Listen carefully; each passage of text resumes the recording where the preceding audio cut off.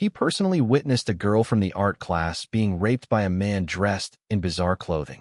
He stepped in to save her and called the police, but the next day she turned things around and accused him of raping her. She even accused him of forcing her to give false testimony the day before. Afterward, he was taken away by the police and lost his guaranteed admission to Peking University. His father, who was disabled, wrote a letter in his own blood to prove his innocence and ended his life in front of the girl's house.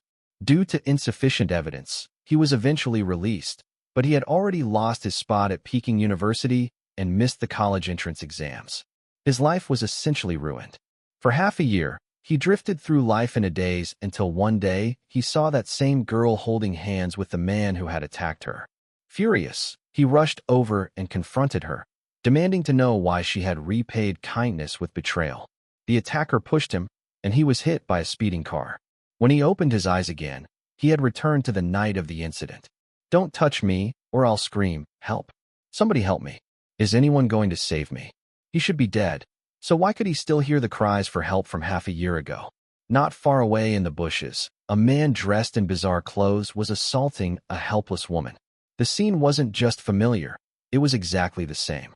He stood frozen on the roadside. A car flashed its hazard lights and honked at him, snapping him out of his daze. He hurried to the other side of the road. In his last life, he saw Clara from the art class being assaulted. Overwhelmed by a sense of justice, he rushed over and threw his backpack at the man's head.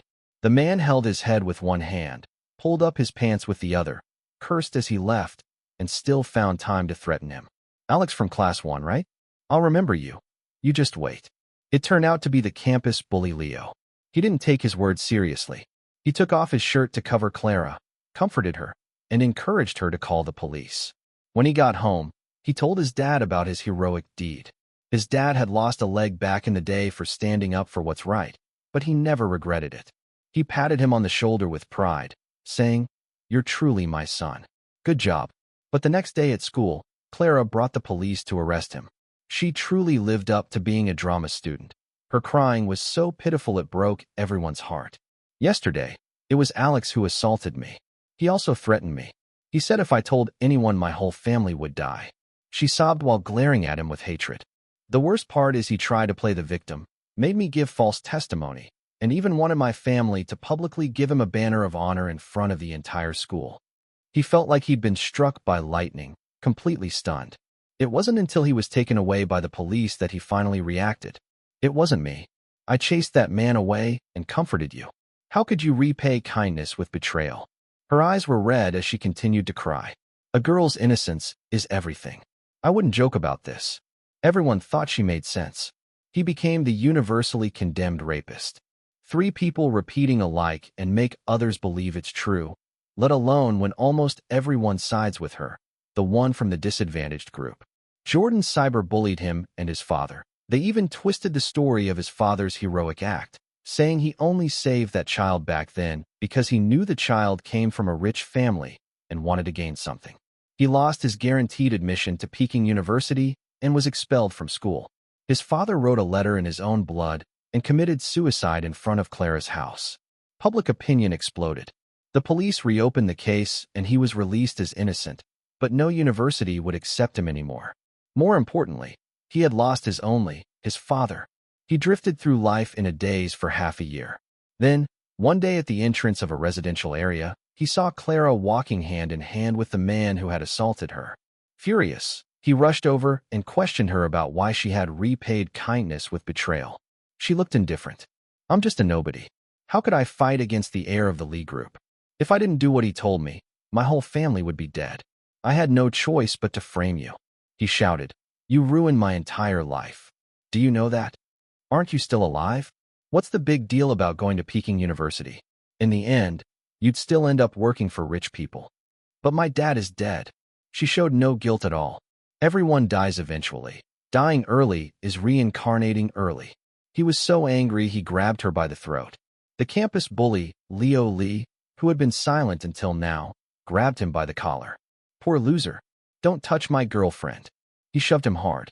He was thrown into the path of a speeding car, which sent him flying onto the curb, where he died. Now, hearing the cries for help nearby, he laughed coldly. I won't be foolish this time. He went to the night market. His dad was busy selling grilled sausages to customers, and he rushed over to help him. His mom died, giving birth to him, and his dad never remarried. After his leg was broken, no company would hire him, and he refused to accept help from the person he had saved. Every night, he ran a stall at the night market selling grilled sausages, supporting him through school. Seeing his thin, busy figure filled him with heartache. Last life, I ruined everything for you. This life, I won't let it happen again. I will turn this situation around, get into the best university, land the best job, and let you live a good, peaceful life. But things didn't go as he hoped. The next day at the school gate, Clara grabbed him and slapped him hard. Why did you ignore me last night? He took a deep breath and slapped her back. As a guy, his strength was much greater. She was almost stunned, covering her face. You dare hit me? I'm not some pushover. Do I have to endure it just because you hit me? Why didn't you help me yesterday? I don't know what you're talking about. Classes are about to start. Please stop bothering me. He replied coldly and distantly, clutching his books as he walked inside. She rushed up behind him, snatched his books, and stomped on them, screaming, Are you working with him? Are you spying on me for him? You're disgusting, just like him. You both deserve to die.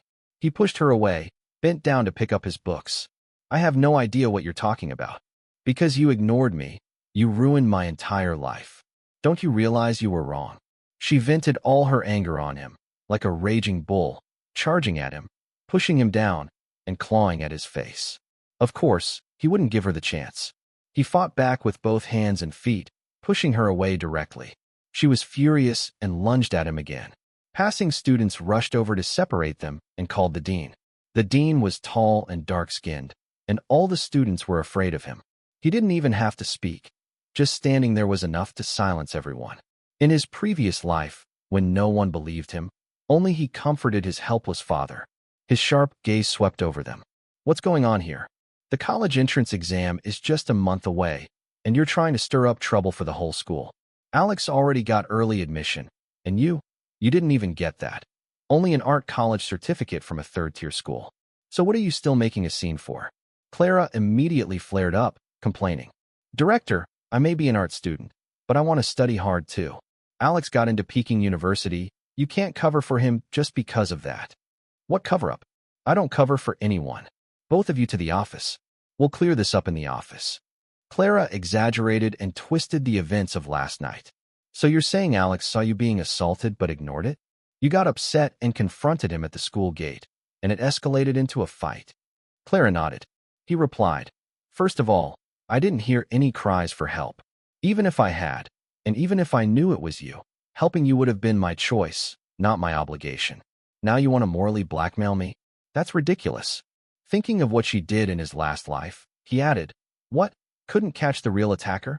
So now you're planning to accuse me of being the one who did it. He wanted to block all her escape routes this time. Clara's face turned red as she screamed, You scum! How could you think that of me? And you still call yourself a top student with early admission? You're worse than a dog. No matter how angry you get, I won't admit to something I didn't see or didn't do. She lost it and tried to strangle him. The dean barked, Enough. If you can't settle this, let's call the police. What is wrong with you two? Do you think this is the time to be playing games? Maybe the dean was just saying that casually, but Clara instantly turned pale, her hands trembling. If we call the police, my life will be over. He looked at her coldly. Since you don't want to call the police, then keep it to yourself. We're high school students. Time is precious. Don't waste it. The dean nodded. Exactly. It's your choice. Call the police or settle this in some other way. Clara lowered her head, hesitating. She had made such a big scene at the school gate. Many students saw and heard it. News would spread quickly in their small town. A girl facing something like this would be pointed at and gossiped about for the rest of her life. It would be hard for her to find a husband. But more than anything, gossip is the sharpest weapon that destroys people. After thinking for a long time, she finally nodded. Fine, let's call the police.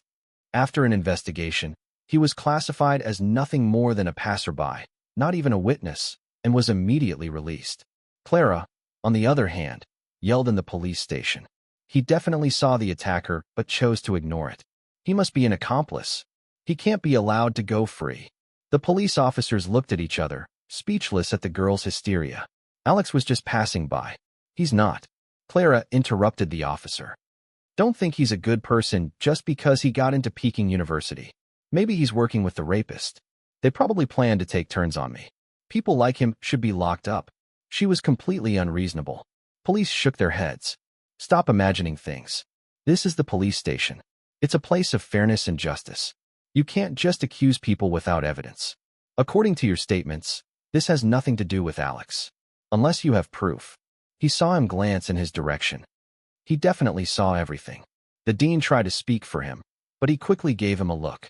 If he spoke up now, Clara would definitely think he was covering for him. He looked at her steadily and said firmly, I already told you. I didn't see anything. It was dark. How can you say I saw it? Do you have X-ray vision? No. You definitely saw it. You're an accomplice. An accomplice. Police finally lost patience. All right, that's enough. Alex can leave. Clara, you stay for further investigation. Clara refused, sitting on the ground, kicking and flailing her arms like a tantrum-throwing child or a complete shrew. You just think I'm an ordinary girl without connections and easy to bully. He saw me getting assaulted and walked away. That's just wrong. He let me suffer on purpose. Wanted to see me humiliated. People like him deserve to rot in hell. My life is already ruined. Even if it's ruined, I want to drag someone down with me. Alex can't get away with this. He rubbed his ears, looking at her in exasperation. So, just because I walked down that road, I committed a crime? I deserve to die?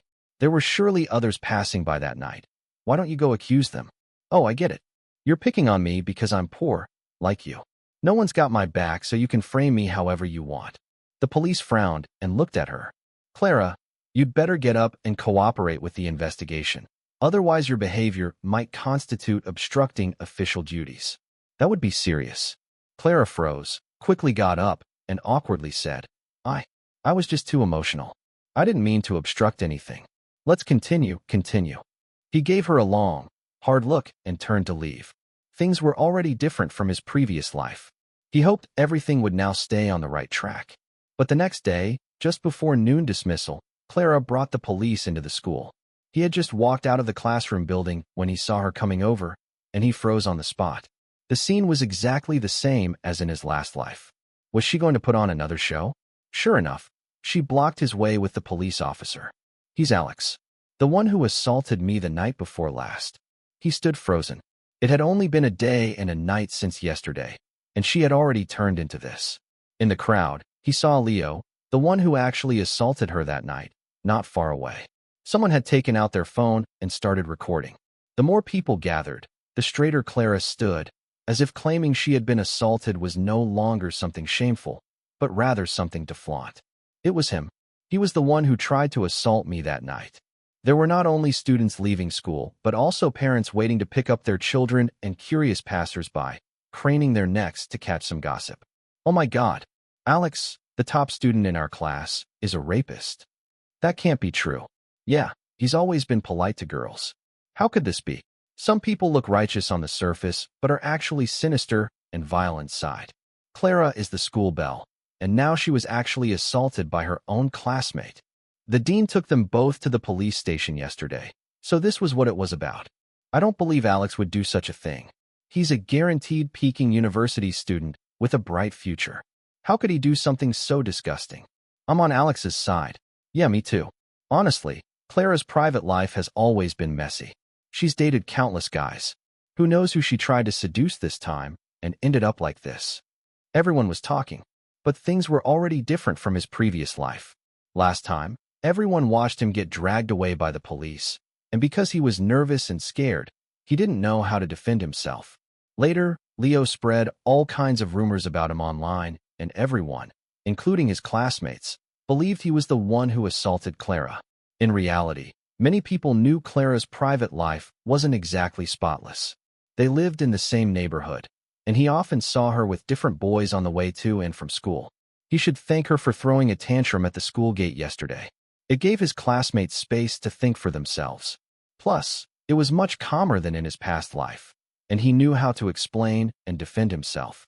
Things were slowly starting to change. He looked at her calmly. Is the police station your personal playground? Yesterday, Your statement was that I was just a passerby, and today, suddenly I became the perpetrator? It was you who threatened me into saying that. Clara lied without a hint of guilt, turning to the police. Arrest him now. The police moved forward, preparing to handcuff him. Before he could speak, a tall figure stepped between him and the police. I was also at the station yesterday. Clara clearly said the attacker was someone else, and now she suddenly changes her statement and wants to cuff a student without any evidence? What if this causes psychological harm to the students or misleads other students and parents? What about the serious trouble it will bring to Alex? Clara's eyes filled with tears. Director, you were biased toward Alex yesterday, and now you're still biased. If you keep protecting him like this, the real perpetrator will get away with it. The dean snapped. Is this bias? Since yesterday, you've been morally blackmailing Alex. Now you're suddenly accusing him of threatening you and claiming he's the attacker. Do you have any evidence? Falsifying testimony is a crime. Clara cried, looking toward the crowd. The two police officers exchanged looks. We are just doing our job, teacher. Please let us handle this. No one can afford to delay the investigation. We're not stopping you from doing your job. He raised his voice on purpose and scanned the crowd. I am Alex, a student with guaranteed admission to Peking University. According to Article 236 of our criminal law, those who rape women by means of violence, coercion, or other methods shall be sentenced to 3 to 10 years in prison. I gave up my prime years of education, the opportunity to pursue my master's and doctorate, just to rape you? Yes, you're the school belle, but you're not remotely within my aesthetic standards. I have never liked you, and I never will. Clara was humiliated, trembling all over, biting her lips fiercely as she stared at him with hatred. The crowd erupted. Yeah, I remember Clara used to like Alex, but Alex never paid attention to girls. He put all his focus on studying. He's the top student in our school, always busy with competitions and studies. How could he possibly like an art student like Clara who's terrible at academics? Exactly. Top students never like the type who only know how to doll themselves up. Clara started crying, trying to manipulate the crowd. Classmates, don't be fooled by Alex's good student act. We live in the same neighborhood.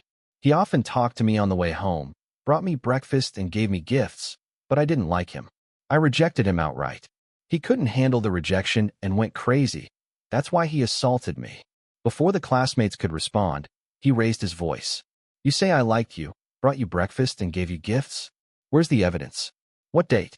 What time? What did I give you? You'd better be specific. Also, everything you're saying now will become court evidence in front of the teachers and the police. Clara sniffled, dodging the question. Officer, this person won't admit anything unless you take him away first. He turned to the police. I will cooperate with the investigation, but there's no need for handcuffs, right? Or have you already decided I'm guilty? Not yet. We're just asking you to assist with the investigation, one of the officers replied. I'll go with you, but I'll also post everything about today online. In fact, he had already registered an Instagram account yesterday, where he shared the whole story up to now. It just hadn't gone viral yet. In addition, he found a few pictures of Clara holding hands and kissing various boys, being overly intimate. He secretly posted them online using an alternate account. Tonight, he would continue writing posts, letting the netizens learn the truth in advance to prevent a repeat of last time when everyone ganged up on him. The two police officers were stunned. It's your right to express yourself, but you still have to come with us now. Fine, I'll go with you. Sitting in the police car, he thought back to his previous life. Back then, he was brought back to the police station in handcuffs, and Clara demanded a sky-high compensation of 500,000 yuan. His dad and he barely survived by selling grilled sausages at the night market, barely enough for his tuition and living expenses. How could they possibly come up with 500,000? That was the last straw that crushed his father. With no education and no idea how to resolve the situation, he wrote a letter in his own blood, begging the school to clear his name. But even after his death, he was released yet lost his admission to Peking University. No school wanted him anymore. He became a street rat, despised and rejected. This time, it will be different. Clara and he were brought into the interrogation room. The two officers left to fetch something. He studied her, making her scalp tingle. Let me guess why you suddenly changed your story. Her face tensed. Stop talking nonsense. Who changed their story? Yesterday, I was only scared of your threats. That's why I said you were just a passerby. Really? He smiled faintly, staring at her. Or maybe someone came to see you. After weighing your options, you figured the Lee family's heir could give you everything you wanted, so you decided to frame me, make me the scapegoat. This way, you'd get compensation from my family and also cozy up to the young master. Two birds with one stone, right? Her face flushed red. She stammered, "Stop making things up. I didn't do that." Outside the door, he heard Leo's voice. That phrase of his, "Poor loser. Don't touch my girlfriend." He would never forget. Why was he here? It wasn't hard to figure out. From the school gate to here, he really was resourceful. When the police came back inside, his eyes met Leo's. He grinned smugly. He smiled back calmly. In his previous life, he was an inexperienced minor, surrounded by two officers in an interrogation room. He had been so scared, he lost all composure and couldn't think straight. Under their manipulative questioning, he was led into saying many things that were detrimental to him. This time, he had the confidence to defend himself. He wouldn't repeat the same mistake. So when they tried to guide his words, he chose not to answer, sticking to one. "I never saw Clara that night." The police grew irritated. After a long time without getting anything from him, one shouted, "Do you not understand where you are? This is the police station. Keep pretending to be clueless, and when we get evidence, you'll suffer for it." Another officer tried the good cop routine.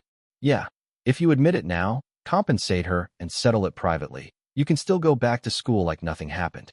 Isn't that better?" But since the case was already filed after yesterday's report, how could it be settled privately? If he kept insisting he never saw Clara, sooner or later they'd have to investigate Leo. But Leo was the heir of the Lee group in this city. He would never let himself go to jail. His family wouldn't allow it either. So he would be the scapegoat. He looked at the officers, his expression calm and firm. "The time Clara claims the assault happened was exactly when I was walking home from school. There's surveillance at school and at the gate of my community. It takes me about 15 minutes to walk home. But if I were to assault her, 15 minutes wouldn't be enough, right?" Besides that, he had two trump cards: public opinion online and Peking University. He would fully utilize the internet and go on the offensive, not giving them the chance to slap false charges on him. If things got worse, he would seek help from Peking University. In his last life, he hadn't thought of using online public opinion or reaching out to teachers at Peking University. He had missed his best chance. In the end, under manipulation, he became the universally condemned perpetrator. The two police officers exchanged glances. One went out to report and returned, saying, "Thank you for your cooperation. You may go." Seeing that he was about to leave, Clara lost it, screaming hysterically, "Why are you letting him go? He's the one who assaulted me. He must be punished. Compensation. Jail time. I won't accept anything less." "Clara." He looked at her coldly. "Yesterday at the station you admitted I was just a passerby. Now you're suddenly pointing the finger at me again. Have you thought about how ridiculous and contradictory you look right now? You're acting like someone with issues." He pointed at his head. She stomped her feet and cursed. "I told you. You threatened me. Where's your proof?" She panicked, looking toward Leo. He also glanced at Leo. His face didn't look good either, as if he was furious, extremely angry. He arrived at the school gate and waited quietly for about 10 minutes. When school let out in the afternoon, students began streaming out, and they all froze upon seeing him. He spread his arms wide and shouted, "Alex is back." The more cheerful and carefree he acted, the more it proved his innocence. Many classmates gathered around him, bombarding him with questions. He smiled and said excitedly, "The police have thoroughly investigated it, and it has nothing to do with me. They even said they were sorry for wasting my entire afternoon." The students erupted into cheers. He skipped dinner, went outside to make calls, and contacted a professor from Peking University, telling them everything that had happened over the past few days. He also went to an internet cafe, where he posted the entire story of being called to the police station today, word for word, online. Many netizens left comments, expressing their sympathy for him, saying it was heartbreaking that he had to deal with this right before the college entrance exam, and encouraging him to stay focused and not get distracted. Some were outraged on his behalf, calling Clara a lunatic, but he had underestimated the situation. That very night, he was pushed onto the trending searches, "High school boy assault school bell," This is guaranteed admission to molested female student from another class. This time, unlike his previous life, they deliberately left out the words Peking University in the headlines.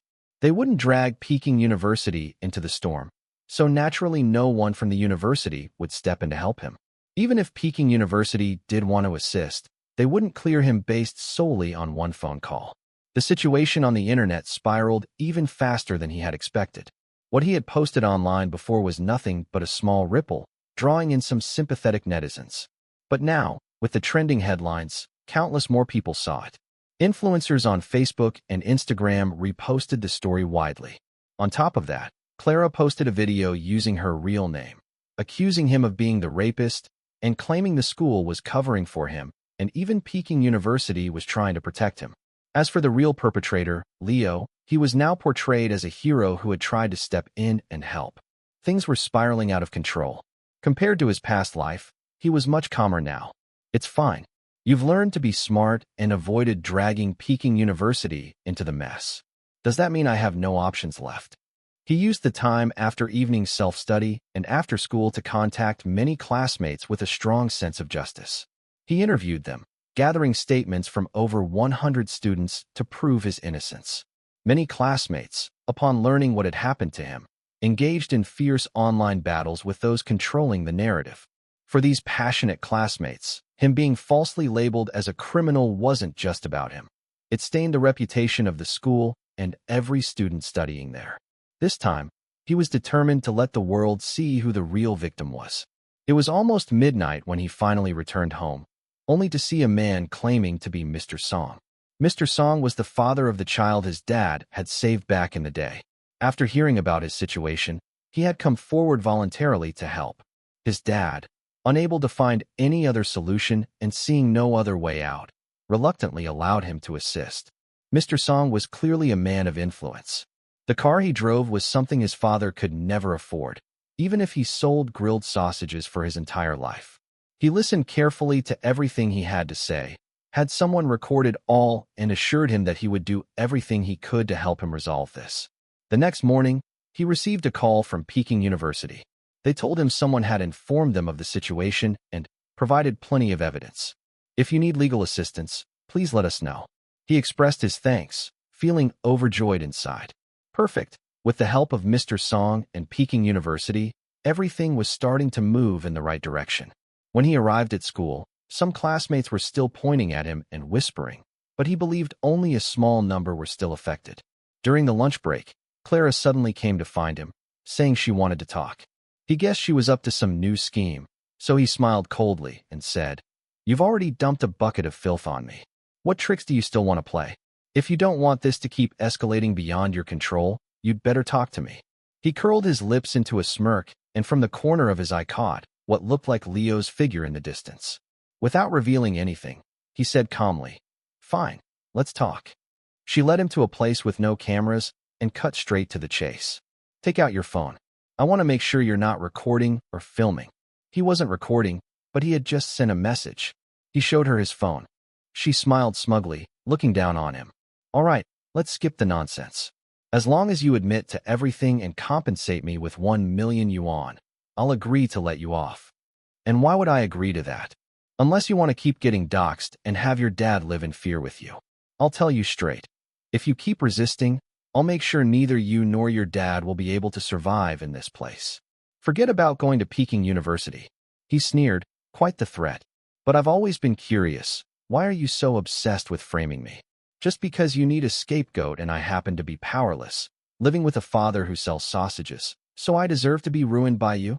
She burst into laughter, laughing so hard it took her a while to stop. "You're actually asking me that? Do I need a reason to hate you?" "There must be a reason." She narrowed her eyes, filled with hatred. "Back in freshman year, I confessed to you and you ignored me, made me the laughingstock of the whole class. Isn't that reason enough?" He thought hard for a moment. "Are you talking about the time after the freshman representative speech when you blocked my way? I just told you to move because I had a stomachache and needed to use the restroom." Her face twisted in anger. "You've ignored me, the school belle, since the beginning. Do you know how humiliated I was among the classmates? Oh, and there's another reason. I want to destroy you.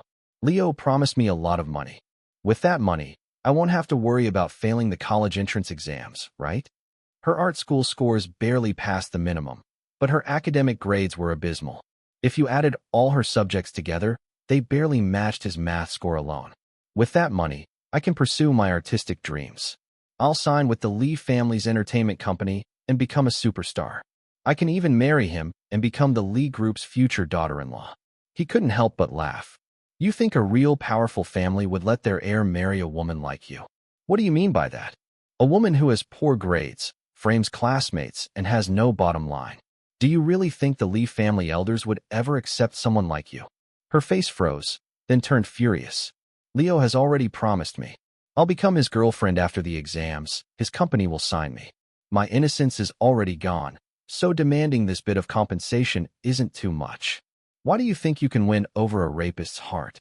Because you're pretty? In the circles of the wealthy, the one thing they have in abundance is pretty girls. Once he gets bored of you, you'll end up with nothing, and you'll pay the price for framing me. Screw your karma. I never believed in karma. I only believe money can make the devil dance. She crossed her arms, eyes filled with disdain. Look at you now. Aren't you the best proof? He shook his head. He really couldn't be bothered with her anymore. Since we can't negotiate, keep dreaming your little daydreams. Goodbye. Who said you could leave? She let out a strange laugh, suddenly tore open her white blouse, and shouted toward the distance. Help! Alex is trying to assault me again. Help! Someone save me. Ah, so this is the game you want to play now. Leo suddenly jumped out from the distance, rushing toward them, protecting Clara, shaking his phone in front of him. Alex attempted to assault Clara again. Solid evidence. What do you have to say now? So you're both putting on a show together, huh? So what? He sneered. Your family has no power, no connections. What can you do? But my family is different. We, the Lee Group, are a listed company. We're powerful, with vast connections. I could destroy you, and no one would dare say a word. Aren't you underestimating the law just a bit too much? Hey, the law. I, Leo, and the law. He gave a faint smile. You'll pay the price for your arrogance. Screw your price. I'm calling the police now. You won't get away this time. Leo waved his phone, ready to call. At that moment, the voice of the dean rang out from nearby. What are you all doing here? The dean and the homeroom teacher both arrived. Before his conversation with Clara, he had sent a message to the dean. As expected, he came and he brought the homeroom teacher along. Leo and Clara exchanged a glance, then said sternly, Rector, just now Alex tried to assault Clara again, but I caught him in time. Don't worry, I already recorded the evidence. This time he won't escape. Clara clutched her clothes tightly, playing the part of the wronged victim. Yes, Leo is right. That's exactly what happened. Alex is so terrifying. He tried to rape me again. I don't want to live anymore. If you don't want to live, you can go die. Clara's mouth dropped open in shock. He silently pulled a voice recorder out of the hidden pocket of his pants. I've recorded everything you and Leo just acted out. He also recorded it.